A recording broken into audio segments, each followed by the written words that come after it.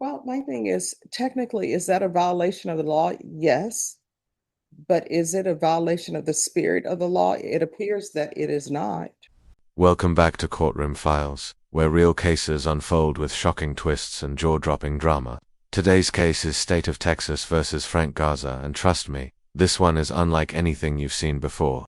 A man, already a convicted felon, is caught with a firearm. Sounds like an open and shut case, right? Not so fast, because Frank Garza insists he wasn't trying to use the weapon. He was actually on the phone with 911, trying to turn it in. What happens when the strict letter of the law clashes with the spirit of justice? You'll see a judge wrestle with that very question. Stay tuned, because this courtroom is about to get heated, and you'll be left wondering, is Frank Garza guilty of a crime, or guilty of trying to do the right thing at the wrong time? Let's dive in. Court is calling 2025 CR 005952, State versus Frank Garza. Can I have parties announced? Duffy Pitlock for the state of Texas, Your Honor. Donald Wilson for Mr. Garza. And are you Mr. Garza? I am.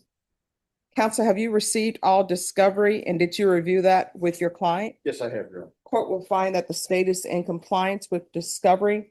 Counsel, I see in the notes that there was a competency evaluation done. Yes, Your Honor. It was, and it came back that he is competent, and I agree with that. All right, and he's already been deemed competent by that court and that judge? That's correct. All right, thank you. Mr. Garza, did you review the true bill of indictment with your attorney? Did you understand it? Yes. Counsel, do you waive the reading of the indictment? Yes, I do. State, are you proceeding on the indictment as presented? No, Your Honor, we are not. We are proceeding for the lesser included attempted possession to make this a third-degree felony. No objection, Your Honor.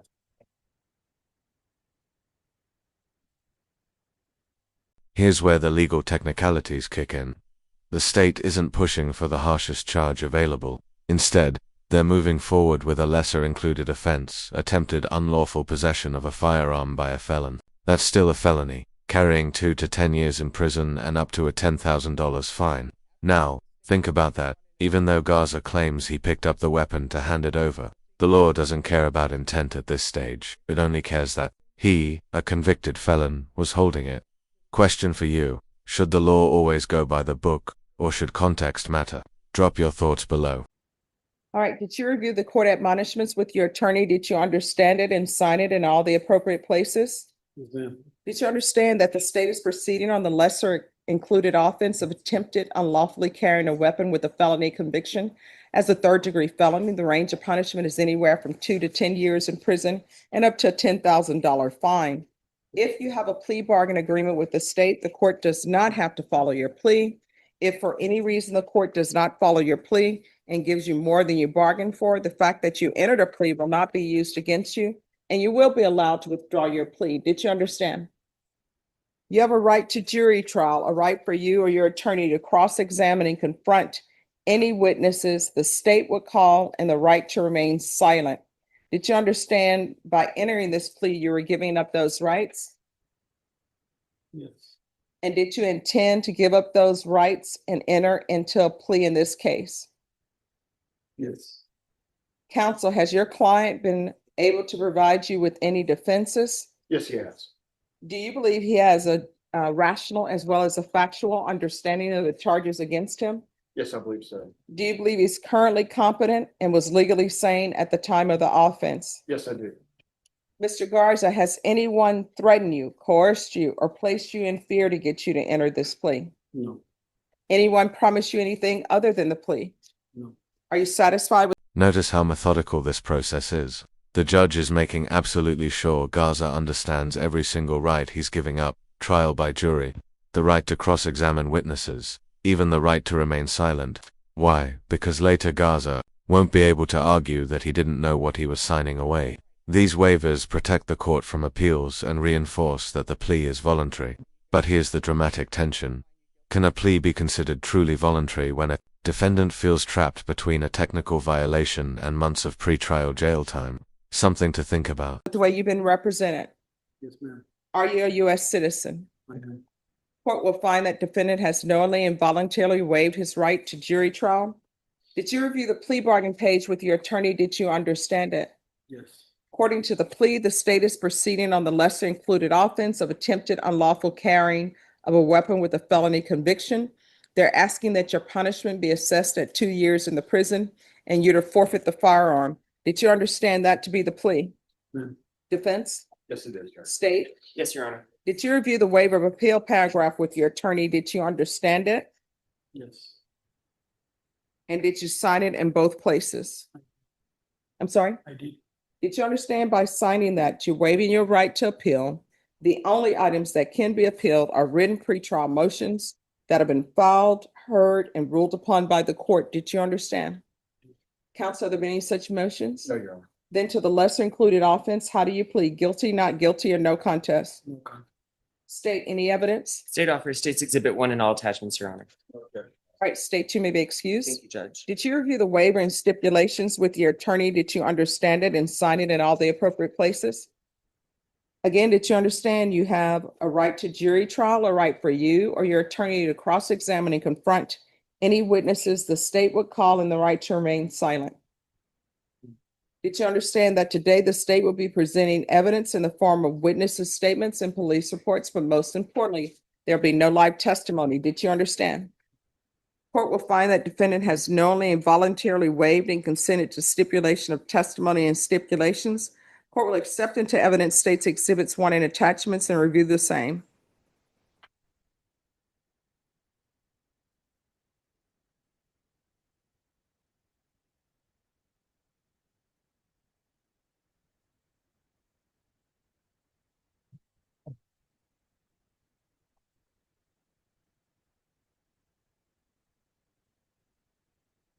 All right, after reviewing State's Exhibits 1 and attachments, the court will find there's sufficient evidence to find you guilty, and the court will find you guilty. Are you proceeding with sentencing? Yes, Your Honor. Anything you Now we hit the turning point. Garza's attorney lays out the defense. This wasn't a case of a felon lurking with a firearm. Instead, Garza supposedly found the gun under a bridge and immediately called 911 to report it. That's the story. But here's the catch. The 911 call recording, the one piece of evidence that could prove his innocence, is nowhere to be found. Without it, it's just his word versus the report. Imagine this, doing the right thing, calling for help, and still facing years behind bars. Do you believe Garza's story, or does it sound too convenient? wish to say on behalf of your client? Yes, Judge, this case is kind of an unfortunate one. Mr. Garza is a resident of Haven for Hope. He suffers from some mental health issues that have been checked out, and he is, I believe, competent and has been confirmed, but he does have problems related to prior injuries that he's had. And this particular day, this weapon was found downtown under the bridge by some other boy. And Mr. Garza picked it up to try to turn it in. He was literally on the phone with 911 on UTSA property whenever he was spotted with a gun on property, and that's what led to this. We've looked at pursuing this to a trial and all that, but Mr. Garza has been locked up for more than 6 months. And he has elected to take this plea. He was in possession. He is a convicted felon, so it meets the technical, allegations, but that was the reason that Mr. Garza has chosen to move forward with this case. So a gun was discovered and he was calling the police to turn it in. He took it, it was during the church under the bridge. He Mhm. went to use a phone from one of them, which is on the UTSA property, and was, as I understand it, on the phone when UTSA security saw him and came over.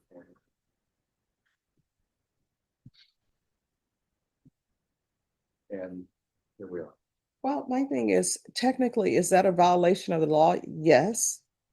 But is it a violation of the spirit of the law? It appears that it is not. So I don't know if there's proof of what he's saying or not.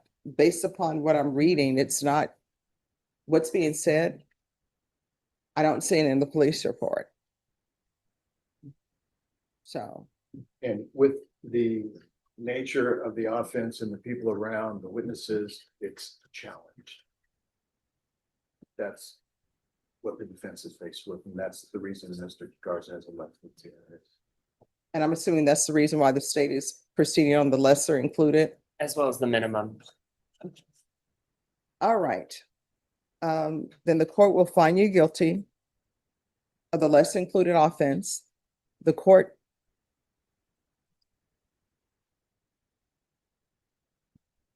All right, so here's my thing. We can go off the record. I understand why the state would proceed on the lesser included offense, and I may be overstepping my bounds here. But if what is being said is true, this just doesn't seem just to the court. This is where things get fascinating. The judge openly admits a dilemma. Legally, Garza broke the law. He's a felon. He touched a gun. That's possession. Case closed. But morally, spiritually, this isn't what the law was designed for. Laws against felons possessing firearms exist to prevent dangerous individuals from committing crimes, not to punish someone for trying to turn a weapon in. The judge is practically wrestling with the difference between justice and law. Let me ask you this. If you were the judge, would you stick to the statute or bend toward mercy? I mean, if somebody finds a gun and they're picking it up and on the phone to call the police to say, hey, I found a gun, come and pick it up. Legally, is it possession? But this is not what this law is meant for. Am I wrong? And I understand state why you're reducing it, but do we have any proof of this?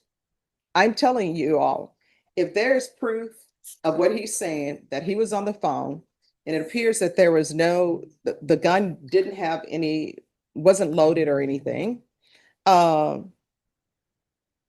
Your Honor, you do speak to a good point. If there is proof, there has been requests for things that have been alluded in the police report, things that would have corroborated. The state has not been able to receive those things. There have been discussion with defense. The state understands if it came to he said, we understand and believe the report. Things have been requested that we don't have. And who would have these things? we've requested specifically without, jumping around the 911. We do not have that. We cannot corroborate. And here's the most frustrating part, the missing 911 call. Both sides admit it could change everything, but it hasn't been produced. Did the call get lost? Was it never properly logged? Or could it be buried in bureaucracy? Without that, recording Garza's claim can't be fully verified. And yet the burden of proof isn't on him, it's on the state. The state technically has all the elements of the crime, a felon with a gun. That's why they can still push forward. But doesn't justice demand more than just checking boxes?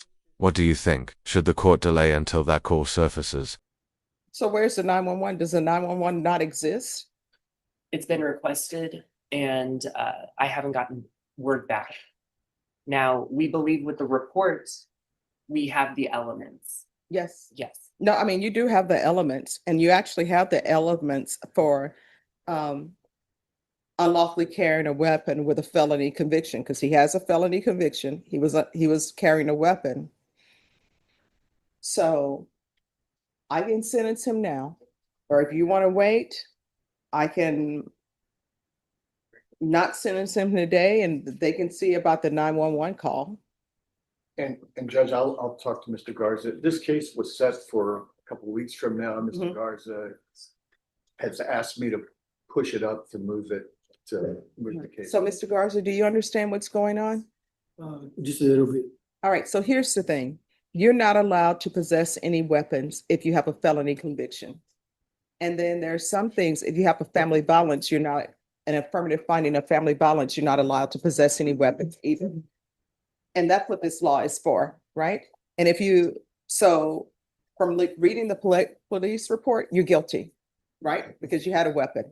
But if you found a weapon, you picked it up, and you were calling the police to say, hey, I found this weapon, could somebody come and pick it up? To the court, that's not what this law was meant for. Because it's more danger to have a weapon just laying around where a child could pick it up or somebody else could pick it up than you're picking it up and calling the police and saying, hey, I found this weapon. And what I'm reading in the police report is that the officer comes up to him and he's like, yes, I do have this weapon, and yes, you may search my backpack and everything. So you can discuss it with your attorney if you want. We can recall it back in 2 weeks. Here's the thing. If it turns out that they can't get the 911 call and you still want to go forward with the 2 years, you'll have the 2 years. And you'll get credit. So if we come back in 2 weeks and you end up getting 2 years, guess what? You're still gonna get credit for the time that you were waiting for those 2 weeks. It's just you'll be at the Bexar County Jail and not at the prison. It's completely up to you. But for the court, I don't think, and I could be wrong. If I'm wrong, somebody correct me. I don't think that's the spirit of that law. So, Judge, I'm in agreement with you. It's up to Mr. Garza. Okay, so can you explain that a little better to me? all right. So the state has offered you 2 years. Okay. I will follow that 2 years if the state, if they go and they're not able to get the 911 call because they say they've been trying to get the 911 call. If they are unable to get the 911 call, you'll still have the 2 years. So your waiting 2 weeks is not going to change your position as far as the agreement that's been worked out by your attorney. And here comes the ultimatum. The judge lays it out plain. Garza can take 2 years right now, or wait a couple weeks to see if the 911 call shows up. If the call proves his innocence, it could change everything. But if not, he'll still serve the same 2 years, only delayed. This is the kind of gut-wrenching decision defendants face every day. Do you gamble on justice, or take the deal and cut your losses? Picture yourself in Garza's shoes. Would you wait, hoping the truth comes out, or lock in the deal and move on?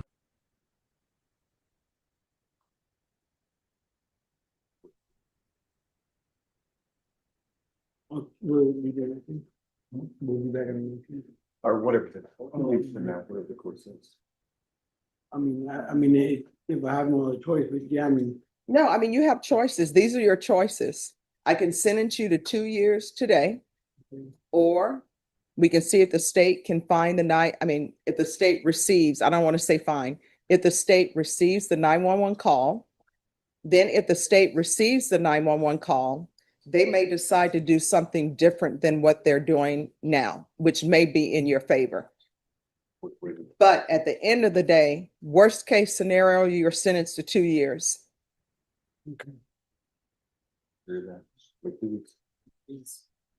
Well, it's up to you, but it's. You want to discuss it with him in the box and then just let me know? All right, thank you. So, what do we make of Frank Garza's case? On paper, it's a simple conviction. A felon was caught with a firearm. But peel back the layers, and you see a man who may have simply been in the wrong place, at the wrong time, doing the right thing in the wrong way. The judge himself admitted this doesn't match the spirit of the law, and yet, without proof of the 911 call, Garza faces prison time. Cases like this remind us how fragile justice can be, and how evidence can make or break a man's future. If you found this case as shocking as we did, make sure to hit that like button. Share your thoughts in the comments, and don't forget to subscribe for more jaw-dropping courtroom breakdowns, right here on Courtroom Files.